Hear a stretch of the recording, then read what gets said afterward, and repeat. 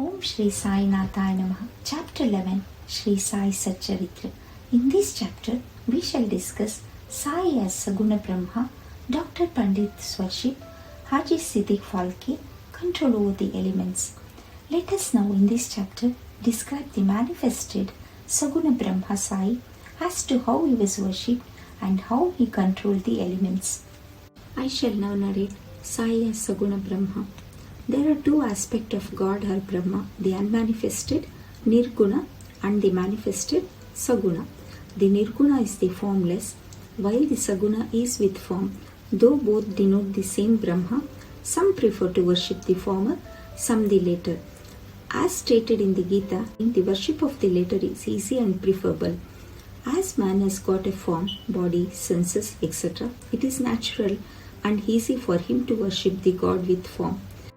Our love and devotion do not develop unless we worship Saguna Brahma for a certain period of time. And as we advance, it leads us to worship meditation of Nirguna Brahma.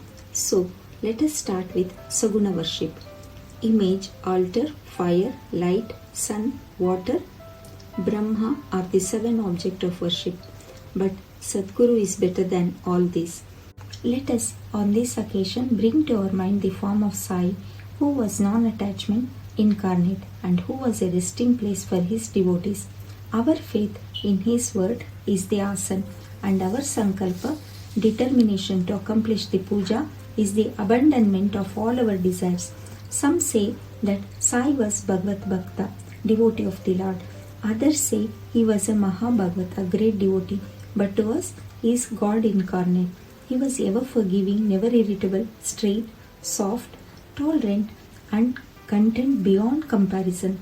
Though he looked embodied as having the form, he was really disembodied, emotionless, unattached and internally free.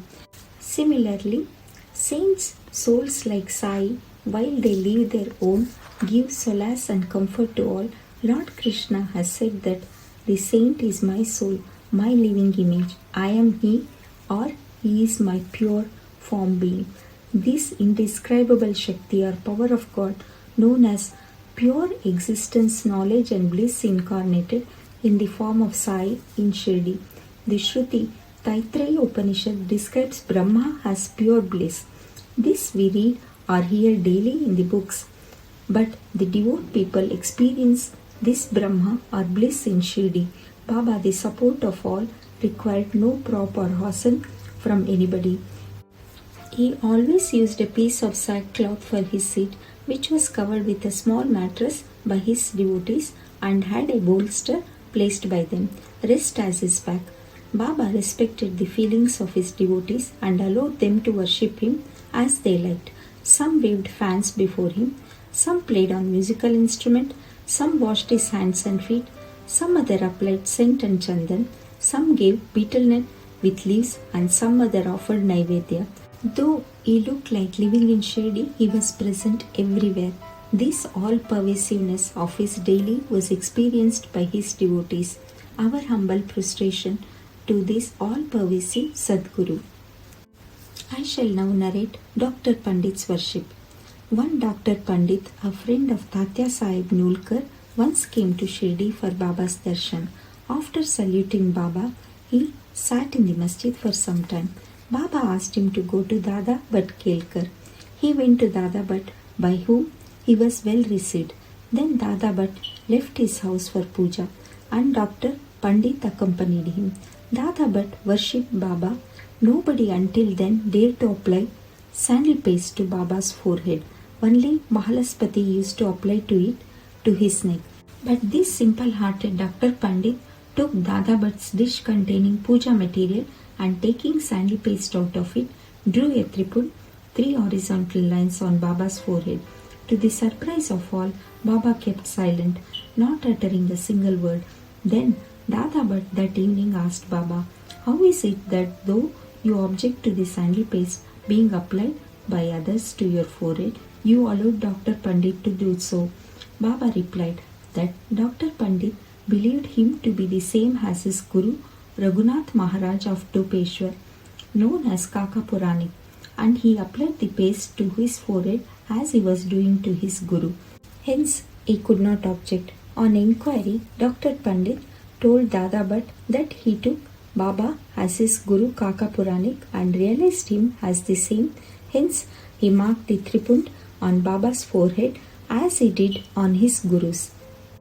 Though Baba allowed the devotees to worship him as they pleased, still sometimes he acted in a strange way. Sometimes he threw away the puja dish and was wrath incarnate. Then who could approach him? Sometimes he scolded the devotees. At times he looked softer than wax, a statue of peace and forgiveness. Though he seemed to shake with anger, his red eyes rolled round, still he was internally an ocean of affection and motherly love. He would call out his devotees and say that he never knew when he was ever angry with them. If it was possible that mothers could kick their children and the sea turn back the river, he too could neglect the devotees' welfare, that he, the slave of his devotees, always stood by them and responded to them whenever they called upon him, and that he always longed for their love. Let us now discuss about Haji Siddiq Falke. There was no knowing as to when Baba would accept a devotee. That depended on his way. Siddiq Falke's story is to the point. One Mohammedan gentleman by name Siddiq Falke of Kalyan, after making pilgrimage to Makkah and Medina, came to Shri. He lived in the Chowdi facing north and sat in the open courtyard of the masjid. For 9 months Baba ignored him and did not allow him to step into the masjid.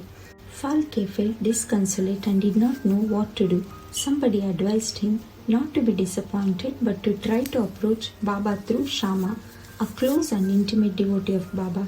He told him that as they approached Lord Shiva through his servant and devotee Nandi, so should Baba be approached through Shama.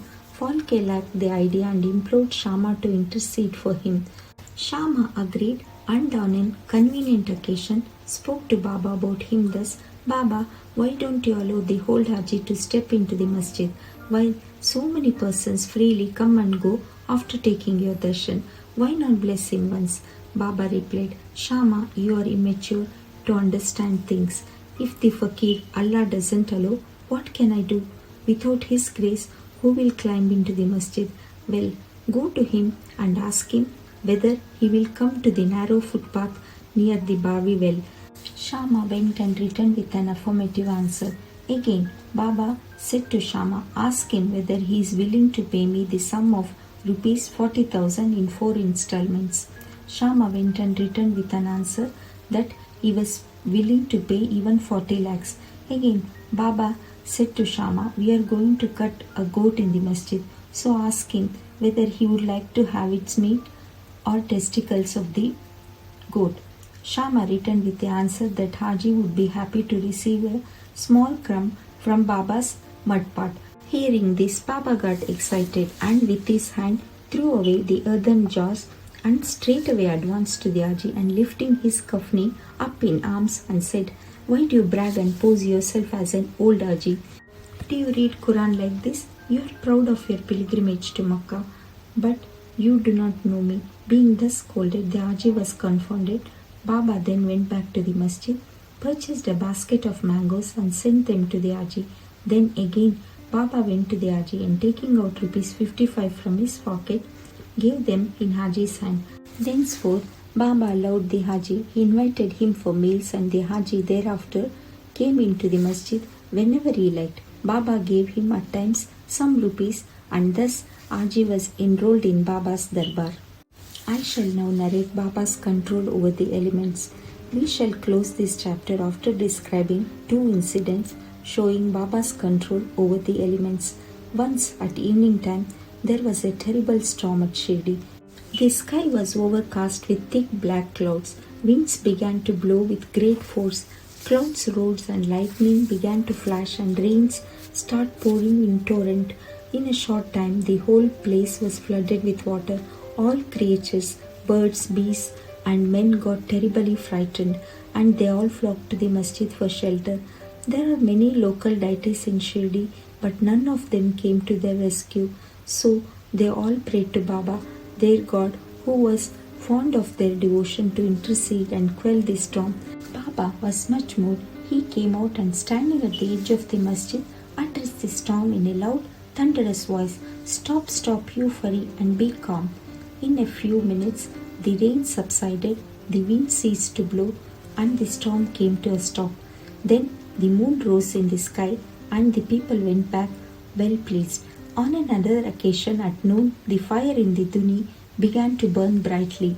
Its flame were seen to be reaching the rafter above. The people who were sitting in the masjid did not know what to do. They dared not to ask Baba to pour water or to do anything to quench the flames. But Baba soon came to realize what was happening. He took up his satka and dashed it against the pillar in front, saying, "Get down, be calm." At each stroke of the satka, the flame began to slow down, and in a few minutes, the duni became calm and normal. This is our Sai, an incarnation of God. He will bless any man who will prostrate and surrender himself to Him. He who will read the stories of this chapter daily with faith and devotion will soon be free from all calamities. Not only this, but always attached and devoted to Sai, he will get very soon God vision.